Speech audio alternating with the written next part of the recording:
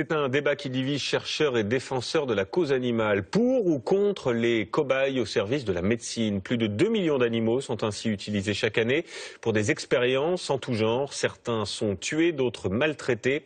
Alors est-ce de la cruauté ou un mal nécessaire? Les images que vous allez voir sont difficiles. Enquête signée Florence Bouquilla et José Boulestex. C'est presque un miracle pour cette Américaine. Totalement paralysée depuis 2002, elle peut dorénavant effectuer des gestes simples. Manger du chocolat, avec un bras robotisé qu'elle commande grâce aux micro-électrodes implantées dans son cerveau. Pour en arriver là, c'est ce singe en arrière-plan qui a servi de cobaye. Chez lui, les chercheurs ont longuement étudié comment il réussissait à mobiliser ses prothèses de bras. Grâce à cet animal, donc, l'Américaine retrouve un peu d'espoir. Un petit carré de plus pour une femme, une bouchée géante pour la recherche. Cette médaille scientifique a son revers. Étudier le cerveau d'un singe, ça ressemble aussi à ça.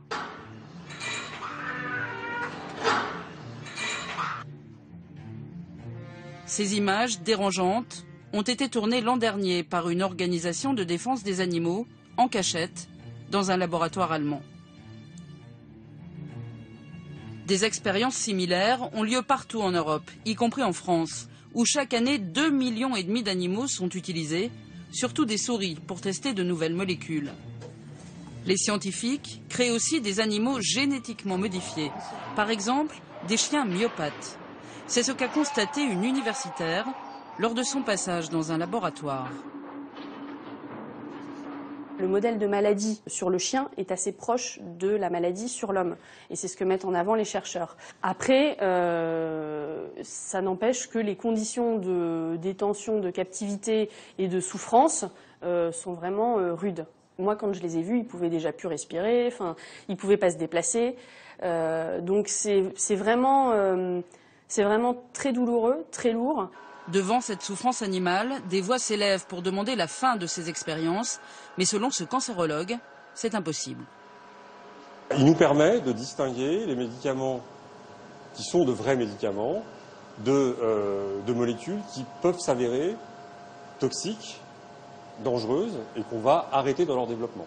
Donc c'est un maillon, l'expérimentation animale, à ce jour, c'est un maillon qui est complètement indispensable. Pourtant, ces jeunes chercheurs spécialistes des cancers des voies respiratoires refusent de travailler sur l'animal. Ils ont choisi une alternative, utiliser des tissus humains prélevés lors d'opérations chirurgicales. On isole les cellules et on les place sur ces petites coupelles. Et là, on est capable, par notre technologie, de reconstituer des tissus qui ont les mêmes propriétés que le tissu natif, c'est-à-dire qui ont les mêmes fonctions que le tissu que l'on retrouve qui tapisse notre nez, notre trachée et nos bronches. Intérêt de cet échantillon reconstitué, il est totalement humain et donc beaucoup plus fiable. Les expériences sur les animaux, elles, sont très aléatoires. Seulement 20% des molécules testées deviendront des médicaments pour l'homme.